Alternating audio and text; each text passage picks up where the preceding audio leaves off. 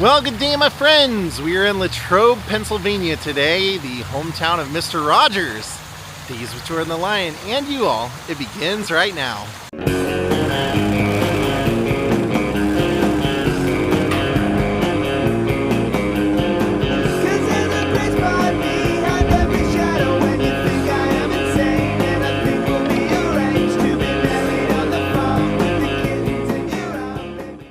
Here you can see it says Fred McFeely Rogers, born and raised in Latrobe. Mr. Rogers was the creator, composer, host, and puppeteer of the award-winning TV program Mr. Rogers' Neighborhood. The program, produced at WQED in Pittsburgh, emphasized kindness, compassion, and learning. An ordained minister, Fred Rogers received the Presidential Medal of Freedom for his outstanding approach to children's media and his legacy of nurturing and inspiring generations of children. I've been here before, and I showed his childhood home, and I've even shown the giant statue that they have over on the right in front of the ballpark, but I didn't know that they had a Mr. Rogers statue here. And on the ground, right in front of him, going in a circle, it says, "You are special." And here you can come take a seat in Mr. Rogers' hometown with Mr. Rogers. I grew up a Mr. Rogers kid. I watched the show all the time. He was amazing because he loved children's programming right away. He saw in the early days of television how it could be more than just entertainment, and you could actually use it to teach and to inspire. And so that's what he set out to do. Now what's interesting is right around the corner from here, something very famous was invented, and they have a little statue to that. So let's go check that out. Great to see you, Mr. Rogers. We're gonna go over to your center and see some of your puppets today. Even over here at the Latrobe Center for the Arts, it's the Rogers building right there. Over here you can see a picture of Mr. Rogers, and right over at the Chamber of Commerce they have some stuff to Mr. Rogers. Right over here, take a look at this. What do you see there?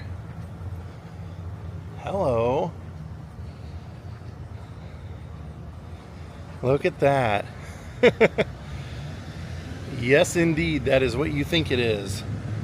In 1904 in Latrobe, the first documented banana split was created by apprentice pharmacist David Strickler. Sold here at the former Tassel Pharmacy, bananas became widely available to Americans in the late 1800s. Strickler capitalized on this by cutting them lengthwise and serving them with ice cream. He is also credited with designing a boat-shaped glass dish for his treat. Served worldwide, the banana split has become a prevalent American dessert. Very cool. So let's go over to Mr. Rogers Center now and check out some of the puppets and memorabilia on display there. There's the old Latrobe train car that Mr. Rogers fell in love with as a kid. Looks like over there it says Pittsburgh Steelers Training Camp. Huh, well, Mr. Rogers Center's right across from it. Here we go. Discovering the truth about ourselves is a lifetime work, but it's worth the effort. Fred Rogers.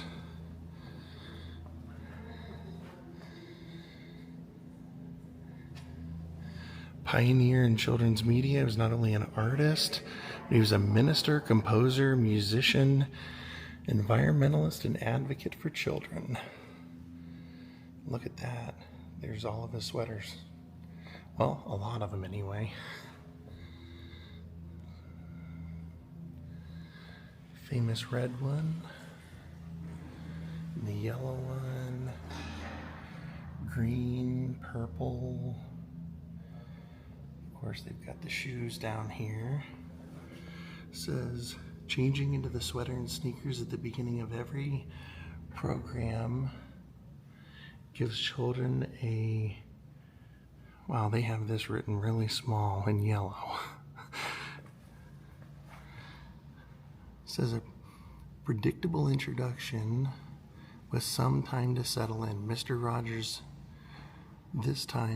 took this time to talk about Zipping a sweater and tying shoes as skills that young children are just learning. Oh, so that's why he did it. I mean, I did understand even as a kid it was an introduction. It was like a hello, but I guess that does make sense. Look at the age on the shoes. You can see the rubbers wearing out and everything. So over here on the other side of the sweaters, it says Mr. Rogers' sweaters and sneakers were an important part of his program. The sweaters originated during the early years of Mr. Rogers' neighborhood, and many were hand knit by Fred's mother, Nancy McFeely Rogers. Sneakers originated with Fred's work on the children's corner when he needed to move quickly around the set. Over here, they have some memorabilia, and that is a brick. It says McFeely. That's his middle name. And his family owned the McFeely Brick Company. So that's what all this is. And that's a casting for bricks. Here's Mr. Rogers being playful.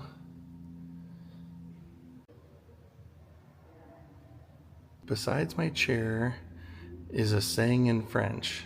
It says, it inspires me every day. It's a sentence from Saint Exupéry's The Little Prince.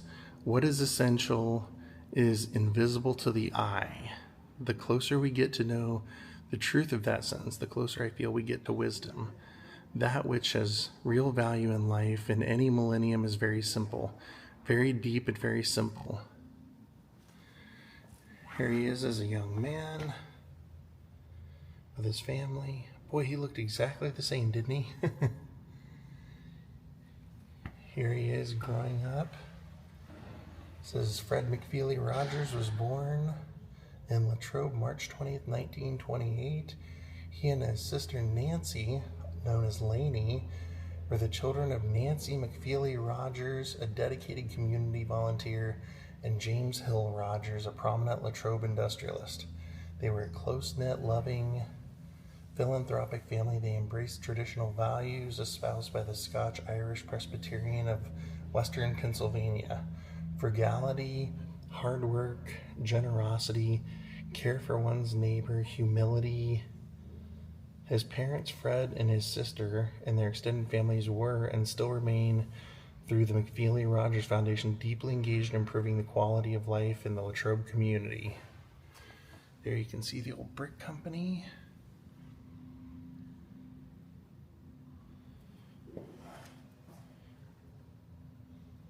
There he is with his little sister, and it says, Fred used to take his little sister Lainey to the local soda shop for milkshakes and burgers. They drove together in the car he received for his birthday. At the age of 5, Fred started playing piano. Looks like it's right there. Man, that took me some time, but there he is. There's Fred's wife. He studied child development and was interested in the inner lives of children. He met his wife while they were in school. It says, 1946, Fred enrolled at Dartmouth College in New Hampshire to study French, but his passion for music was even stronger than his love for languages. Because of his highly respected music department, Fred soon transferred to Rollins College in Florida. He became friends with a lively group of music students, one of whom was his wife-to-be, Joanne Bird. Joanne earned a master's degree in performance and became a concert pianist and teacher. There she is. At Rollins, Fred delved deeply into the study of musical composition. He dazzled his classmates with the ability to improvise melodies and play popular songs. Fred considered becoming a professional songwriter, and he dreamed of breaking into Tin Pan Alley.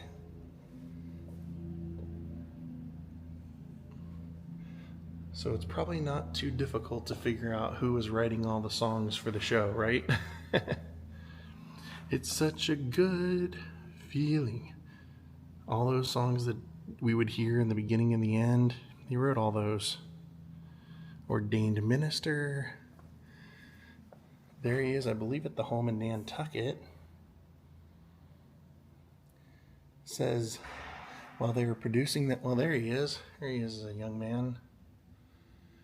And there he is playing the trumpet.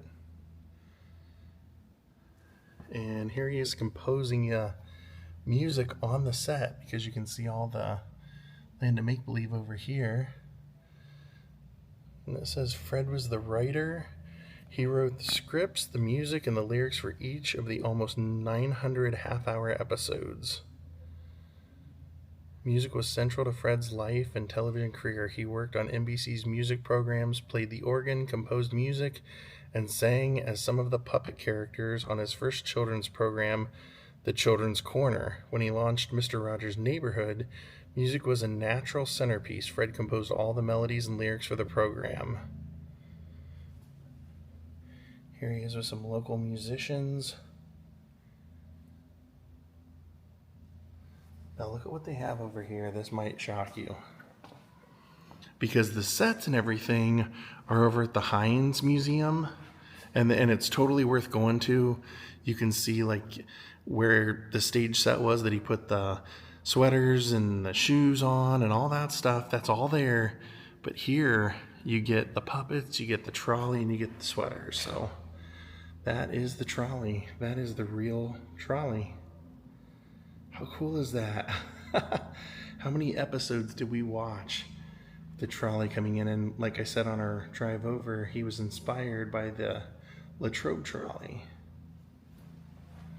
Now over here, they mention Mr. McFeely, the postmaster, the postman who would bring the mail, speedy delivery. McFeely, Fred Rogers' middle name, his mother's maiden name. That's where Mr. McFeely came from. Now over here, we get all of the best puppets. From the King to Lady Elaine Fairchild, all of them. Take a look. This is so cool. Wow. There he is right there with Lady Elaine Fairchild, and she's right there. Katie has nightmares about this. That puppet. So there you can see the crew, and they have the puppets and everything in there. So over here, who they have on display, all the big ones. You have Queen Sarah, and then King Friday, which you can see all the blue in his beard and everything. And then you have Prince Tuesday over here.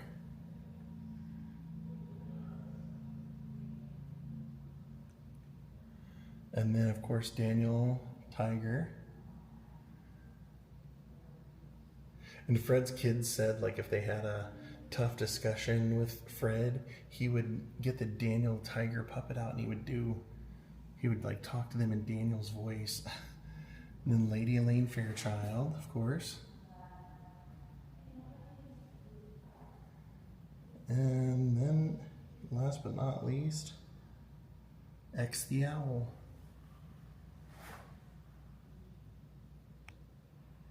So if you're ever wondering where did all the puppets end up, they're here.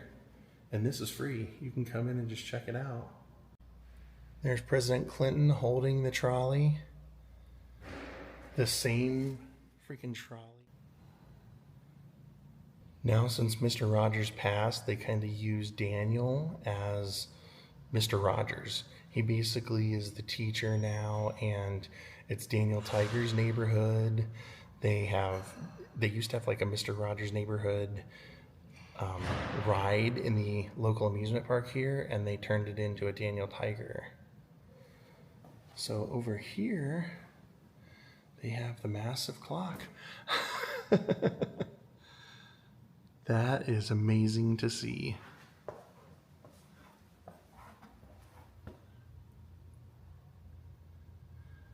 This was from the Children's Corner. This was before he started doing Mr. Rogers' Neighborhood. He had a little puppet show on a TV station, and he would, basically the way that came about was when the show started, he would play like cartoons and things like that, but he said it was pretty frequent that the tapes would break or whatever because they were old, so he'd have to figure out a way to kill time while they were getting something else going. So he basically started doing the puppets, all the voices. Then it turned into Mr. Rogers' Neighborhood, making all the kids of the world happy. Here he was putting on that famous sweater, has the shoes sitting there. Says that Fred knew that children's television had the potential to be more than just entertainment. It could meet its viewers' age-appropriate development needs. A groundbreaking approach to children's media that Fred pioneered on Mr. Rogers' Neighborhood spoke to the inner drama of children. He said, I think that somehow you must remember that what it was like to be a child. That's why he was always on there going on field trips and dancing and making new friends. There he is with Daniel Tiger. You'll have the things you'll want to talk about, and I will too. To me, it just seems weird living in a world where he isn't alive anymore. He used to go to so many different things. He would often, go to colleges and do the commencement speeches. He would go speak to children's groups. He would go meet people all the time. But he also had a love, like I mentioned earlier, for Nantucket. And there he is standing on the beach.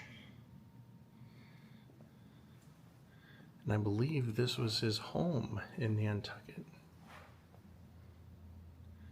And there he would spend time when he wasn't making the show, reading and answering fan mail.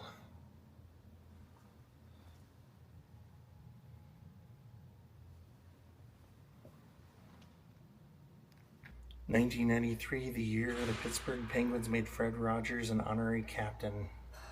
A lot of people don't know that Michael Keaton actually started out working on the Mr. Rogers show as a crew member, and they have a quote here that's from him, and he says, "The thing about Fred was how consistently decent he was. He was a nice man, and if it were only that, at the end of the day, that would be enough, but he was a lot more than that." As a joke, one of the cast members, I guess Fred used to sometimes take a camera to work.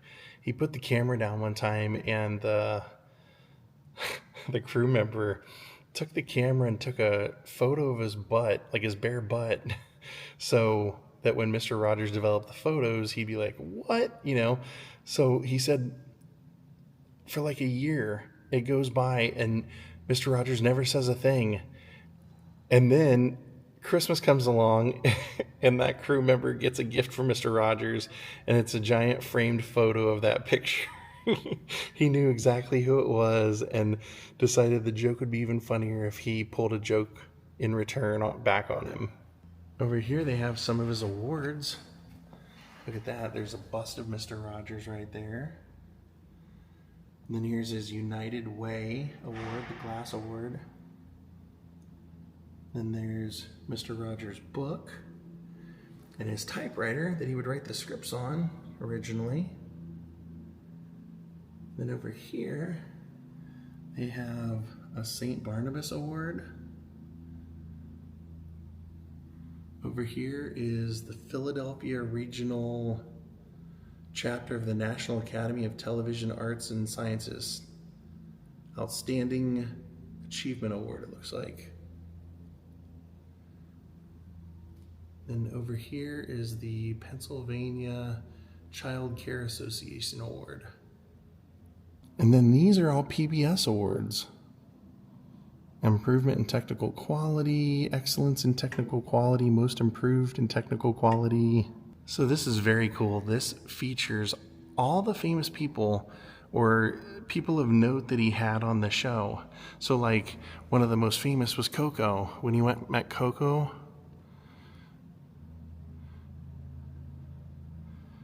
then one of my other favorites is there's Captain Kangaroo, Big Bird, who was Carol Spinney. We recently went to his grave. Over here we have Tony Bennett. He was on the show. Lou Ferrigno, the Incredible Hulk. And of course, also self-made Julia Child. In this case, they have a handwritten letter over there to the left. An announcement for him getting the Emmy. Over here is a PBS award. And then over here's another award marking the anniversary of being in children's television. University of Pittsburgh made him an honorary alumni. Then that looks like some script pages up there for Mr. Rogers' Neighborhood. And here's the Library of Congress acknowledging Mr. Rogers as a living legend. Rightfully so. Let's go visit Mr. Rogers. So here he is. Those who know, know. But he is here in the Given Mausoleum, is what it's called. I believe Given was his mother's family. So we'll see if we can see. I believe he's off to the side from the last time I was here.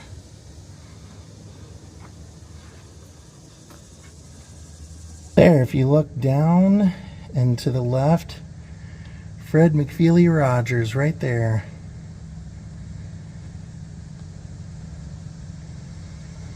Well, everyone, thank you for watching. We'll see you next time. Have a great night and goodbye.